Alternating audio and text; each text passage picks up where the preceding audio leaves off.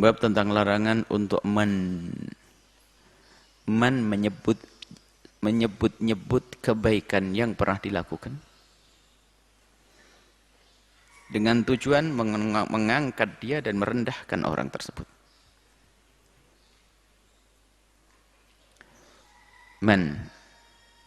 Menyebut kebaikan yang pernah dilakukan kepada seseorang dengan maksud untuk mengangkat dirinya agar tampak dibaca jasanya olehnya dan merendahkan dia.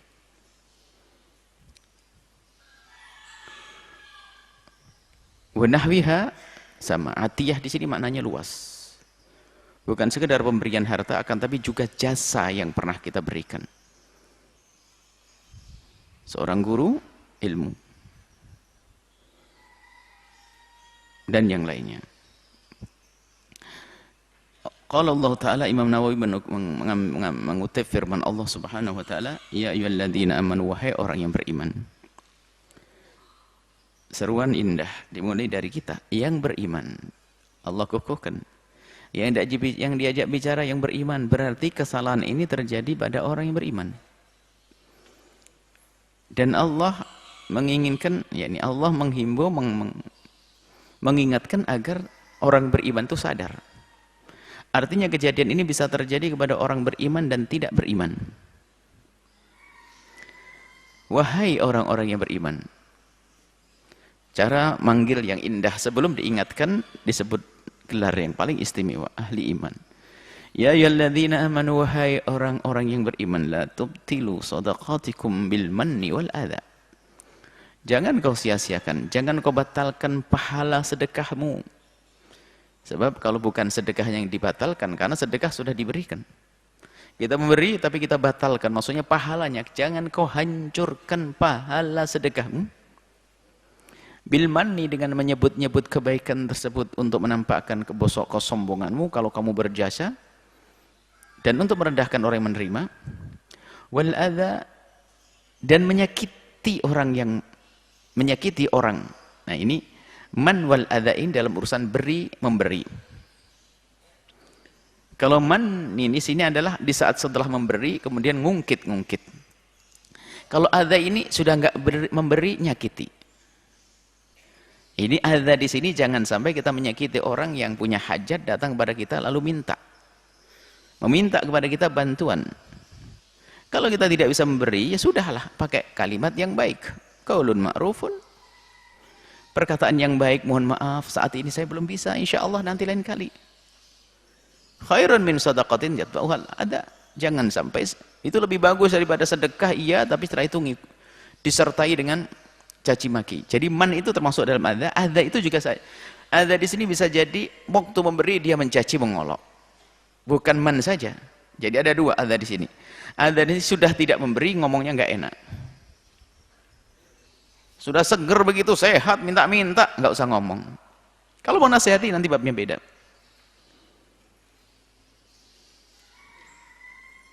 Nah, man itu termasuk bagian daripada adha. Sudah setelah memberi, mencaci mengolok. Dasar nih, pemalas nih, nggak bisa, menyakiti.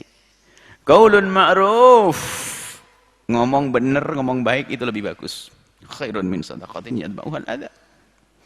Lebih bagus daripada memberi sedekah tapi ternyata setelah memberi sedekah dia menyakiti dengan lesannya, dengan perilakunya. Man sini. Qala Allah Ta'ala, dan Allah juga berfirman, alladzina yunfikuna amwaluhum fi sabilillah. Mereka yang disanjung oleh Allah, mulia di hadapan Allah. Kalau sudah mulia di hadapan Allah tidak akan ada yang merendahkannya. Kalau sudah disanjung oleh Allah tidak ada yang menjelekkannya. Yang menyanjung adalah Allah Jalla Jalaluh. Mereka adalah alladzina yunfikuna amwalahum fi sabilillah, mereka yang gemar untuk berderma di jalan Allah. Jalan Allah itu maknanya luas. Ya di medan laga, betul, akan tapi di jalan Allah, jalan kebaikan. Di dalam maknanya. Selain bab zakat maknanya luas. Karena bab zakat sana ada tutul khasar innama, akan tapi kalau selain dari fi sabilillah, jalan Allah, jalan kebaikan, selain bab zakat maknanya luas, sabilul khairat. Jangan bab zakat dibawa ke yang lainnya, bab yang lainnya dibawa ke zakat, namanya ketukar. Bab zakat sendiri, innamas sadaqatu. Jangan ayat-ayat yang menunjukkan makna fisabilillah di ayat lain dibawa kepada bab zakat, malah kacau. Sebaliknya bab zakat jangan dibawa ke tempat lain, malah dibatasi nanti. Jadi sendiri-sendiri. Fisabilillah di sini di jalan Allah. Berderma untuk para santri, bangun masjid dan semuanya. Tsumma la yudbi'una ma anfaqu manna wal adha. Kemudian setelah itu dia tidak mengikutkan, maksudnya setelah memberi tidak diikuti dengan man wala adha. Man itu yaitu tadi ngungkit menyebut-nyebut kebaikan, wala adha, dan juga tidak ngomong yang menyakitkan. Jangan sampai setelah memberi menyakitkan. Ini hadis yang wa'an Abi Dzarrin, dari Abi Dzar radhiyallahu taala anhu, diriwayatkan dari Abi Dzar radhiyallahu taala anhu, ani Nabi, dari baginda Nabi Muhammad sallallahu alaihi wasallam,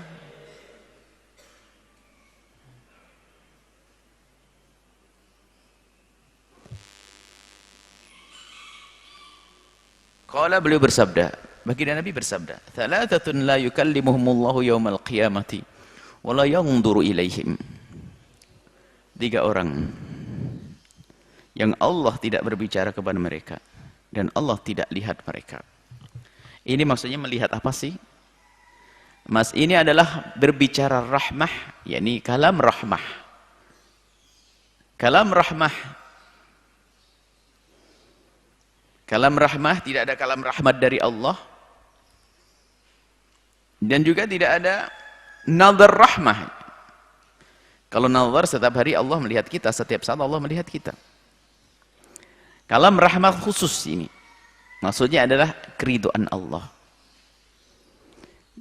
Jadi kalau antara manusia saja, kadang-kadang kita kalau memahami marahnya seseorang kadang diemin, tidak ada bicara. La yukallimullah.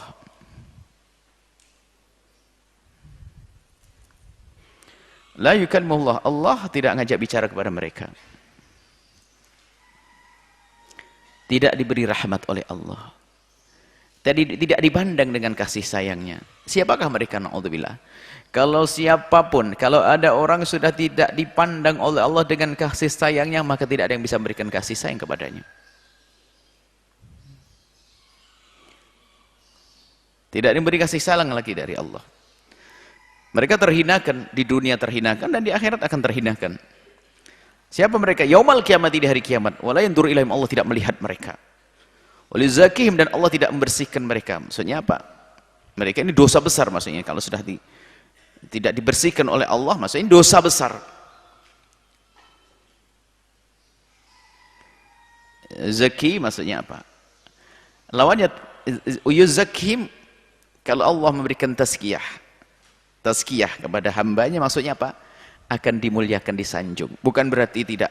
Kalau sudah Allah yuzaki, bukan berarti seorang hamba itu la yuzakim, tidak diampuni sama sekali, tidak.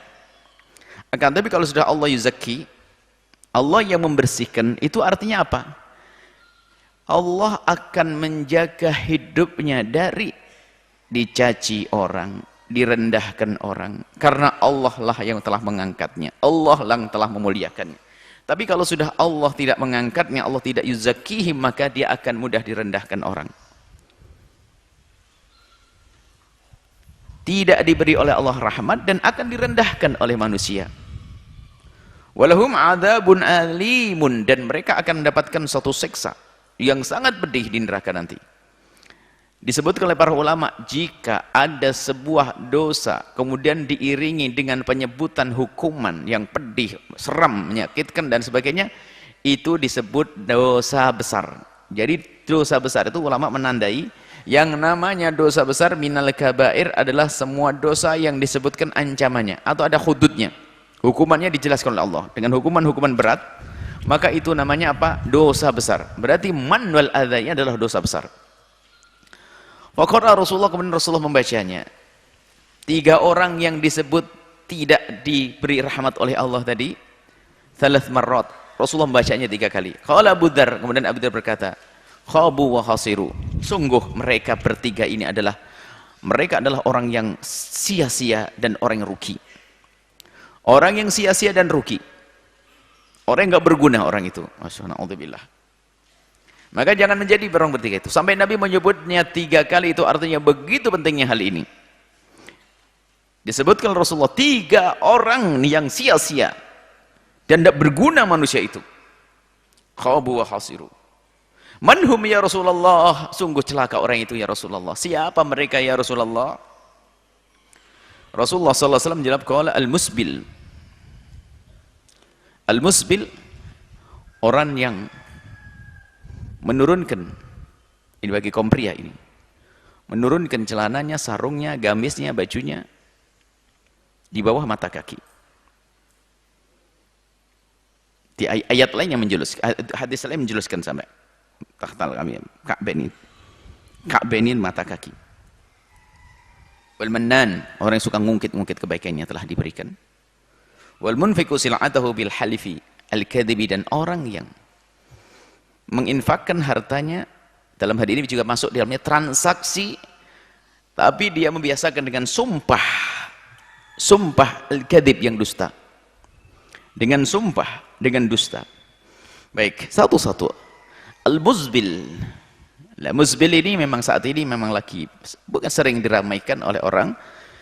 Kapan itu? Di saat mereka tidak mau menengok apa yang dikatakan oleh para ulama, sehingga muncul seolah-olah ini adalah pendapat yang paling hebat satu-satunya, sehingga memaknai isbal dengan makna yang ia suka, lalu memandang orang lain dengan merendahkan seolah dia yang sudah benar. Muzbil izarahu, orang yang menurunkan sarungnya di bawah mata kaki. Ini memang disebut di sini. Punya dosa besar. Jadi haram, dosa besar bagi siapapun yang menurunkan bajunya, kaum pria. Kalau wanita tidak. Celananya, sarungnya, atau gamisnya di bawah mata kaki. Di bawah mata kaki. Nah ini, yang mana ini? Yang dimaksud itu yang haram yang mana? Apakah semua kaum pria yang menurunkan bajunya di bawah mata kaki lalu mendapatkan hukuman ini? Dijawab, ada 2 hal. Yang pertama, jika di sini Imam Nawawi sendiri yang menjelaskan bahwasanya fi riwayatin al-musbil izarahu, maksudnya orang yang menurunkan sarungnya atau bajunya, celananya, yakni al-musbil izarahu, yakni orang yang menurunkan celananya atau sarungnya sampai di bawah mata kaki, thawbahu asfala min al-ka'baini, di bawah mata kaki, lil khuyala'i, karena kesombongan. Disebutkan karena kesombongan. Nah, di sini ada 2 masalah isbal ini. Yang pertama adalah jika ada orang laki-laki menurunkan celana atau sarung atau baju gamisnya di bawah mata kaki dengan niat khuyala, gaya kesombongan, maka disepakati dosa besar, bukan main-main ini. Diancam oleh Rasulullah. Ini dosa besar. Jadi ada tren barangkali, gaya. Ya. Mungkin ada merek sarung yang bagus atau merek apa. Merek ABC gitu barangkali, ada merek sarung ABC. Pakai sarungnya agak melorot sedikit di bawah mata kaki, terus capnya di depan, jadi kelihatan berkelebat. Anda khuyala, sombong, biar tampak kalau dia pakai sarung mewah. Pakai gamis juga begitu turun. Nah, kalau ini yang menurunkan sarung atau celana atau baju di bawah mata kaki karena niat sombong, disepakati itu adalah yang haram dan itu yang dosa besar. Akan tetapi jika menurunkan bajunya dan celananya itu bukan karena niat sombong, biasa saja, tidak ada niat kesombongan, maka kita kembali kepada apa yang dikatakan para ulama. Misalnya ulama Abu Hanifah mubah, madhab Imam Syafi'i termasuk Imam Nawawi rahimahullah mengatakan makruh, Imam Ahmad sendiri ada mengatakan mubah dan makruh, kemudian Imam Malik ini ada makruh karatan syadidatan, Imam Malik ada yang mengatakan makruh, ada yang mengatakan haram. Akan tapi ini kebanyakan ulama jumhur mengatakan itu adalah tidak haram. Karena ada hadis lain. Menjarra thawbahu khuyala. Jadi ada hadis namanya hadis mutlak. Seperti hadis yang disebutkan al-musbil izarahu ini. Barang siapa yang menurunkan bajunya, itu namanya mutlak. Tidak ada ketentuannya apakah karena sombong atau tidak sombong. Kalau menurut hadis ini semuanya kena, yang tidak sombong pun akan menjadi dosa besar. Akan tapi ternyata hadis ini ada hadis yang lain yang berbunyi dari hadis sahih, man jarra thawbahu khuyala'a, yang menarik nurunkan bajunya karena kesombongan. Jadi yang menurunkan bajunya bukan karena kesombongan tidak dianggap sebagai melakukan dosa besar. Maka dalam hal itu berbeda ulama dalam hal ini. Maka ini perlu dipahami, jangan menilai orang hanya ada urusan celana saja. Wah, celananya turun bawah mata kaki, neraka tuh, well neraka. Nggak begitu. Kembali kepada para ulama cara melihatnya, bukan kita menghukumi mereka dengan hawa nafsu. Begitu sebaliknya, kalau kita sudah pakai celana di atas mata kaki, ya jangan sombong deh. Merendahkan orang lain, ini juga nggak benar juga. Yang jelas petunjuk dari Nabi harus dilakukan dengan cara yang benar. Yang menurunkan celananya di bawah mata kakinya tidak sampai membatalkan sholat juga tidak. Jumhur ulama mengatakan itu tidak haram, antara makruh, mubah, dinukil dari Imam Malik. Tapi kebanyakan dari Imam Malikiyah tetap mengatakan adalah makruh, tapi karuhan syadidah, makruh yang sangat. Dan juga ini pernah waktu Nabi menyeru seperti itu, mengatakan neraka bagi orang yang menurunkan celananya di bawah mata kakinya, Sayyidina Abu Bakar Khatib berkata, inna hadu syikki thawbi yastarkhi ya Rasulullah, bajuku turun ya Rasulullah ke bawah mata kaki. Nabi malah mengatakan, oh kamu tidak, anta lasta mimman yasna'u lidzalik, kau bukan orang yang melakukan semacam itu. Jadi ada pernah Sayyidina Abu Bakar sendiri mengatakan, aku melakukan seperti itu ya Rasulullah. Lalu dijawab oleh Rasulullah, kamu bukan termasuk golongan orang yang semacam itu. Artinya apa? Sudah jelas bahasanya mutlaknya hadis tentang isbal ditegit, ada muqayyad dengan muqayyad diikat dengan hadis yang memang ada gaitnya di situ. Jadi di situ ada isbal, barang siapa yang nurunkan celananya, bajunya sarung di bawah mata kaki terkutuk, ini mutlak. Tapi di sana ada yang menurunkan di bawah mata kaki karena sombong, digabungkan. Berarti kesimpulannya apa? Siapapun yang menurunkan celananya di bawah mata kaki dengan kesombongan, itulah yang tidak dilihat oleh Allah. Tapi kalau tidak, ya tidak. Tapi tetap berhati-hati, tetap lebih penting, lebih baik. Artinya kita ikhtiyat waspada. Maka upayakan sarung kita tidak turun di bawah mata kaki. Ada lagi, karena ini adalah ekstrim itu nggak benar. Karena mengkanter orang yang dikit-dikit mengatakan haram, di bawah mata kaki haram, lalu marah, cingkrang, dicaci maki.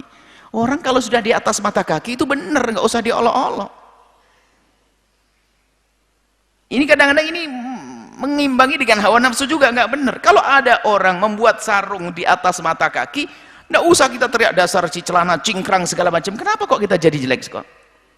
Kalau ada orang menilai orang yang menurunkan celananya, baju yang bawah mata kaki dengan pandangan yang salah, karena pemahaman yang salah, kita jangan ikut salah dong. Di atas mata kaki benar. Yang penting menutup aurat sampai lututnya tertutup, selesai. Masalah cantik nggak cantik urusan itu seninya orang. Di bawah mata kaki kan cingkrang nggak aneh. Orang mengatakan kayak kebanjiran, itu urusan masalah seni ini. Akan tapi nggak boleh kita juga merendahkan. Sehingga untuk mengkanter itu, untuk melawan orang yang cingkrang itu, akhirnya apa? Dia dengan sengaja menurunkan di bawah mata kaki, bahkan menjadi gaya khas. Kalau bukan turun di mata kaki bukan kita, yang nggak benar juga itu. Nggak boleh dengan hawa nafsu. Semuanya nggak boleh dengan hawa nafsu. Kalau hawa nafsu nggak ketemu judulnya. Kembali kepada perkataan ulama bahwasanya yang menurunkan di bawah mata kaki yang tidak dengan niat kesombongan tidak dikatakan sebagai sesuatu yang haram menurut kebanyakan ulama. Di atas mata kaki adalah jelas tidak ada yang mengharamkannya. Himbauannya adalah kita di atas mata kaki, selesai. Yang di bawah mata kaki celananya, di bawah mata kaki karena sombong, itulah yang tidak dilihat oleh Allah Subhanahu wa taala. Kemudian yang kedua yang tidak dilihat oleh Al-Mannan. Al-Mannan. Di dalam hadisnya orang yang mengungkit-ungkit, lah ini bentuknya itu macam-macam. Kalau namanya Mannan.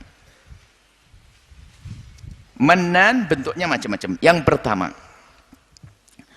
Yang pertama adalah orang memberi lalu mengungkit itu. Kamu sudah aku beri tapi nggak tahu diri. Kamu sudah aku beri. Ah, ini loh, ingat enggak waktu aku? Ingat enggak? Ini menyakitkan nih. Habis pahalanya. langsung kepada orangnya yang pertama. Yang kedua, mannya itu, mengungkitnya itu adalah tidak kepada orang yang bersangkutan, tapi ke orang lain. Tahu enggak kamu? Dia sudah aku tolong, tapi Masya Allah.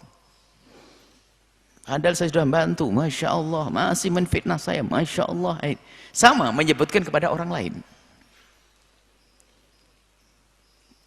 Yang ini mudah dihindari sama yang sebelumnya. Karena apa? Bentuk mannya itu, ngungkit, ngundet bahasa Jawanya, itu adalah terang-terangan dan jelas. Tapi yang repotnya yang ketiga, yang halus. Masya Allah. Sebagaimana tapi halus, nggak sadar dia. Siapakah dia? Memberi kepada seseorang akan tapi dia merasa dengan pemberiannya itu telah berhak untuk memerintah dia dan menyuruh dia dan mengatur dia. Ingat, itu adalah bentuk yang sangat halus. Sehingga gara-gara kita sudah memberi kepada dia, seolah-olah langsung dia harus patuh dengan kita. Kalau urusan kita memerintah seseorang, urusan kerja, ya kau kerjain sana, ada gaji. Ini kita memberi kebaikan, tapi setelah itu ternyata diam-diam di balik kebaikan kita itu kita nundukkan dia agar mengikuti perintah dia. Waduh, na'udzubillah, ini busuk. Kadang ada orang, ini menyakitkan sekali, kadang orang fakir karena butuh, padahal dia nggak mau dibegitukan. Kenapa? Dia mungkin punya kesibukan yang lain, cuman karena dia merasa diberi, kemudian dia memerintahkannya seenaknya, tidak pernah bertanya dulu, kamu sibuk enggak? Boleh enggak saya minta tolong? Mestinya beradab, tapi tidak, mentang-mentang dia memberi lalu ngomongnya seenaknya, nah, sana, apa haknya? Ini. Maka ini waspada dalam hal-hal ini. Masalah ini yang halus, kita memberi akan tapi di balik pemberian kita ini ternyata ada rasa di dalam diri kita kalau kita berhak ngatur dia, memerintah dia. Maksudnya apa? Seolah-olah lah ini. Dia memang tidak mengucapkan dengan lesannya. Akan tapi dengan perilakunya setiap hari mengatakan, kamu sudah aku beri gitu, nggak mau patuh. Hah? Model apa kau ini? Begitu loh. Kamu sudah aku beri tolong ini.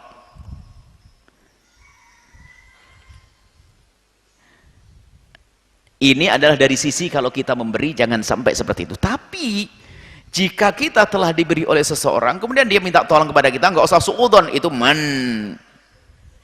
itu mengungkit. Misalnya ada orang berbuat baik sama kita, ya kemudian setelah itu habis ngasih hadiah, akhirnya ya nanti lewat toko sana ya, tolong ya belikan ini saya titip duit bilakin ke sana. Ya itu bukan dalam, jangan suudzon, dasar baru ngasih begitu aja langsung nyuruh saya ke toko beli ini. Oh nggak bener kita pun juga jangan mudah tersinggung kalau kita ini diungkit, jangan.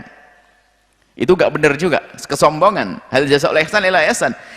Kaidahnya adalah jika ada orang pernah berbuat baik kepada kita, hendaknya kita penuh semangat untuk membalas kebaikan tersebut.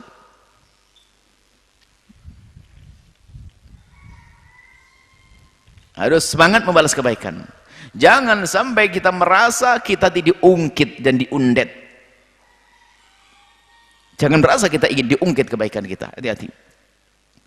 Di saat ada orang berbuat baik pada kita. Cuman ini akhlaknya bagi siapa berbuat baik ini. Jangan sampai di saat kita memerintah seseorang hanya karena imbalan yang tanpa, hanya karena kita pernah memberinya jadi seenaknya. Dan kadang seperti itu. Karena dia mungkin kaya lalu memberi pada seorang, akhirnya nyuruh seorang seenaknya. Dan orang pun mau. Kenapa? Repot nanti kalau saya tidak patuh, nanti tidak dikasih hadiah lagi saya. Wah, ini memanfaatkan kefakiran seseorang untuk jadi budaknya dengan cara memberikan hadiah, dibeli dengan hadiah. Kalau kerja, muhtaram. Kalau orang dengan kerja ini terhormat. Sebab ada sebagian orang itu yang tidak bisa menerima pemberian dari seseorang biarpun dia fakir, karena dia merasa ada izzah di dalam iffah. Dia orang yang punya kemuliaan dalam dirinya, punya harga diri.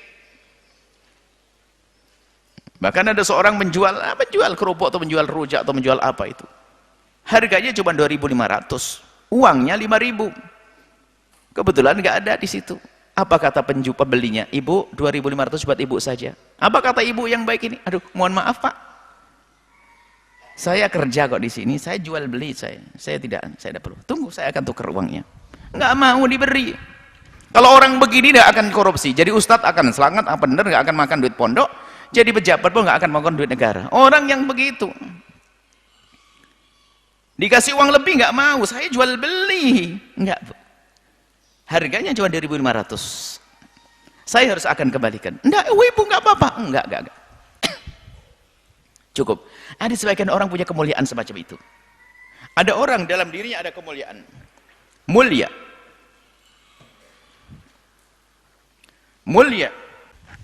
Mari kita berakhlak yang mulia. Kalau kita memberi seseorang adalah betul-betul karena kita rindu dari Allah Subhanahu wa taala, pahala, ridho Allah Subhanahu wa taala. Jangan setelah kita bisa memberi mentang-mentang. Lah inilah mungkin bahasa lain adalah mentang-mentang sudah memberi jadi seenaknya. Ngatur seenaknya, merintah seenaknya, Masya Allah. Semoga Allah memberikan petunjuk pada kita semuanya.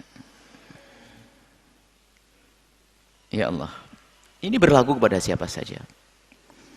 Akan tapi begitulah, kadang berlaku antara guru dengan murid. Guru memerintahkan seenaknya kepada muridnya yang tidak semestinya dilakukannya. Akan tapi memang di sisi lain, kalau kita sebagai murid diperintah guru itu kan hadiah. Makanya dalam dunia tarbiyah, saya ingat Syekh Muhammad Ba'atiyah juga cerita bahasanya, hadiahnya seorang murid adalah di saat dia diperintah oleh seorang guru. Ini babnya beda. Sehingga jika seorang murid tidak ditugasi itu sebetulnya dia nggak berguna, dia nggak terlatih jiwanya. Tapi kadang-kadang seorang guru itu memang harus berpikir, jangan-jangan hal yang demikian ini karena ada sifat ingin mengungkit, aku telah mengajarimu loh ya, maka kenapa kau tidak patuh? Aku telah memberimu ilmu, kau tidak mau dengar padaku. Wah, ini penyakit jelek dari seorang guru. Hendaknya di saat seorang guru memerintahkan murid adalah harus betul ditata hatinya.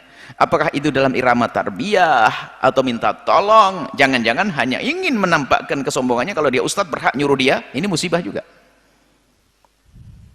Musibah juga.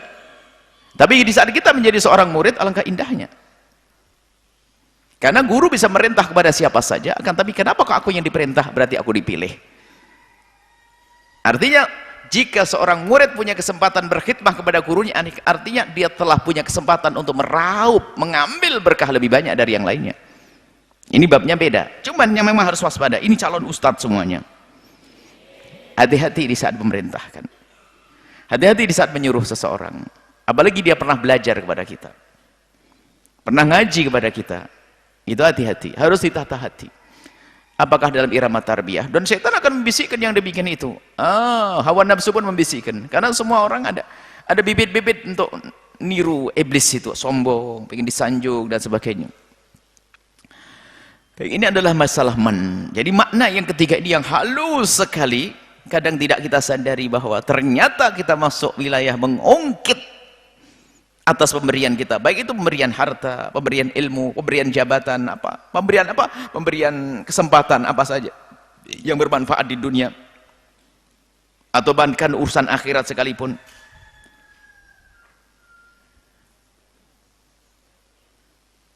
Baik, ada sebagian,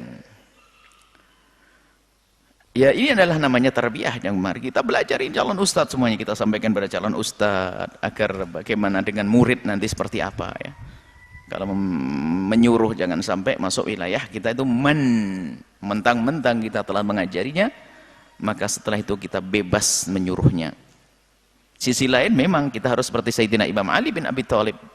Ana abdu man 'allamani walau harfa, untuk mendapatkan keberkahan ilmu agar melambung cepat menjadi orang sukses dalam urusan ilmu, maka hendaknya seorang murid siap untuk menjadi budak gurunya. Ini sisi lain, sisi kita sebagai murid. Tapi di saat guru harus waspada kita. Aku menjadi budak seorang yang telah mengajariku, saat biarpun satu huruf, kata Imam Ali. Kalau mau dia menjualku, kalau mau dia akan memerdekakanku. Artinya apa? Dalam dunia tarbiyah memang sebagai seorang murid harus ada punya kepasrahan kepada seorang guru satu sisi, tapi di sisi lain seorang guru harus waspada karena ini urusan pribadi, urusan sangat halus di dalam hatinya. Jangan sampai di saat urusannya dengan muridnya adalah ternyata ada masuk wilayah tadi, mentang-mentang dia telah mengajarinya. Wal munfiqu sil'atahu bil halifil kadhibi. Yang ketiga adalah yang tidak dilihat oleh Allah dengan rahmatnya adalah yang berdagang, berbisnis, ngambil, memberi, ngambil sesuatu dari orang. Munfik sil'atahu maksudnya orang yang berdagang sil'ah, jual beli. Bil halifil kadhibi, dengan sumpah. Masya Allah. Kenapa dianggap dosa besar membawa sumpah? Karena di saat seseorang di dalam urusannya itu bersumpah dengan nama Allah, itu artinya telah membawa Allah untuk menjadi saksi, dan Allah mau menyaksikan, tapi telah menjadikan Allah untuk menjadi saksi spesial dalam urusannya itu. Coba, apakah kira-kira kita berani?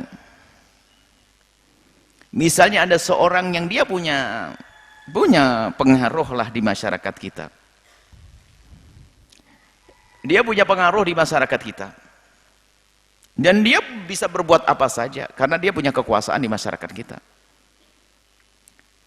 Kemudian kita ingin melakukan sebuah transaksi, dan dalam transaksi itu ada kebohongan kita.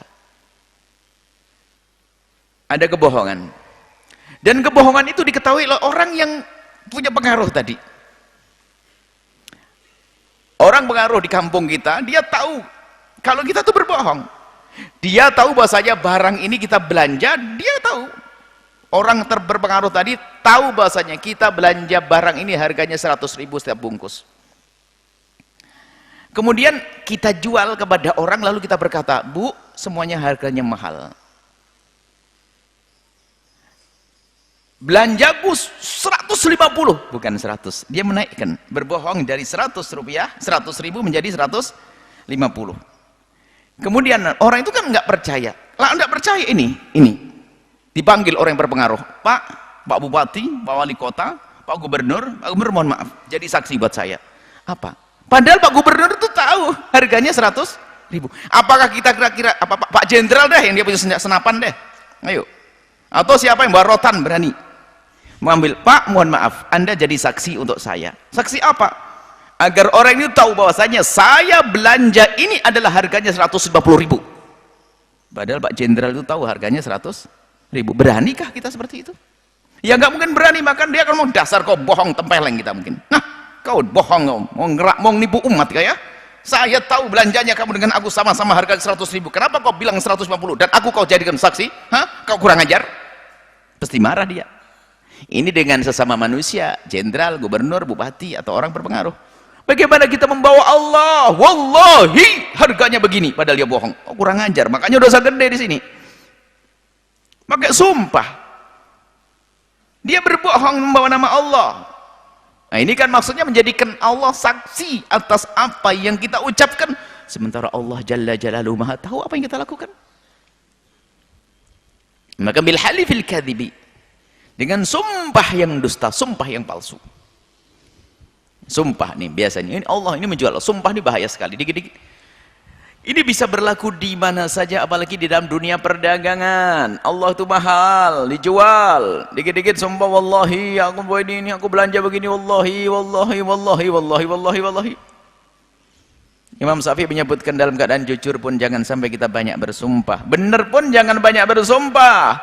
Sebab kalau kamu banyak bersumpah itu menjadikan Allah tuh enggak, dikit-dikit kau jadikan sumpah, jadi sumpah jadi tidak ada artinya. Benar pun tidak semestinya kita banyak bersumpah. Bahkan kadang ditandai orang yang banyak sumpahnya itu biasanya banyak bohongnya. Kenapa dikit-dikit sumpah? Karena khawatir tidak dipercaya sama orang. Kenapa khawatir tidak dipercaya? Karena dia memang pembohong. Maka jangan memperbanyak sumpah. Dikit-dikit wallahi billahi, demi Allah. Ngapain? Coba kalau orang jujur dan bisa dipercaya, cukup sepatah kata yang diucapkan orang dengar. Sumpah itu sesaat. Nabi mengajarkan bersumpah dalam keadaan wallahi walladzi nafsi biyadihi. Sesaat Nabi bersumpah. Kalau Nabi bersumpah menunjukkan yang akan dibicarakan adalah hal yang penting. Tapi itu benar. Tapi ini Nabi tidak semua bicara, padahal yang dibawa Nabi adalah kebenaran semuanya, istimewa semuanya, kebaikan semuanya. Tapi pun Nabi tidak menyertai setiap kalimatnya dengan sumpah kok. Nabi baru menyertakan dengan sumpah kalau memang ada ini lebih penting dari yang lainnya, dianggap sesuatu yang dahsyat. Maka jangan sampai kita biasakan sumpah. Biarpun itu benar sekalipun, hendaknya kita tidak memperbanyak sumpah. Ini namanya bil halifil kadhibi, yani sumpah berdusta. Nah, kemudian juga ini adalah 3 dosa besar yang harus kita waspadai, jangan sampai kita masuk wilayah tersebut. Dan semoga Allah Subhanahu wa taala memberikan kepada kita akhlak yang mulia di saat kita bisa membantu saudara kita. Semoga itu betul-betul atas dasar kasih sayang dan cinta kita karena Allah Subhanahu wa taala. Dan di saat kita punya hajat minta tolong kepada orang lain, semoga itu murni adalah bentuk kepercayaan kita kepada orang tersebut, bukan karena kita merendahkan dan memperbudaknya, karena kita telah memberinya. Semoga kita kalau minta tolong kepada seseorang karena unsur kepercayaan kita, bukan karena kita memperbudak dia, karena kita telah memberinya, sehingga kita tidak masuk wilayah man yang halus. Dan semoga Allah menjauhkan kita daripada berdusta, khususnya dalam transaksi dan jual beli yang saat ini sudah banyak biasa orang bersumpah. Bahkan kadang begitu hebatnya ya, dia tidak pakai sumpah karena ngerti sumpah itu menjadi orang tidak percaya, tidak bersumpah, tapi dia telah berbohong. Itu juga mengerikan. Sama juga, berbohong jangan, merugikan orang lain, menyakitkan orang lain, menyakiti baginda Nabi, menjadi sebab Allah pun tidak ridho kepada kita.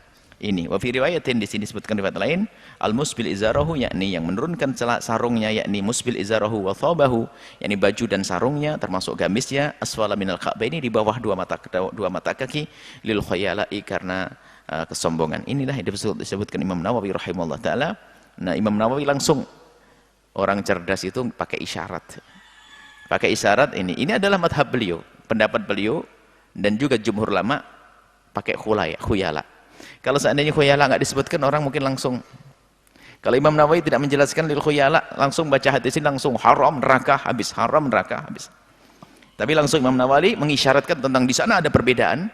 Tapi jumhur mengatakan jumhur ulama mengatakan haram dan dosa besar kalau adalah lil khuyala'i, karena kesombongannya. Semoga Allah menjauhkan kita dari kesombongan. Menyaksikan video ini, jangan lupa berselawat kepada baginda Nabi Muhammad sallallahu alaihi wa alihi wa sahbihi wasallam.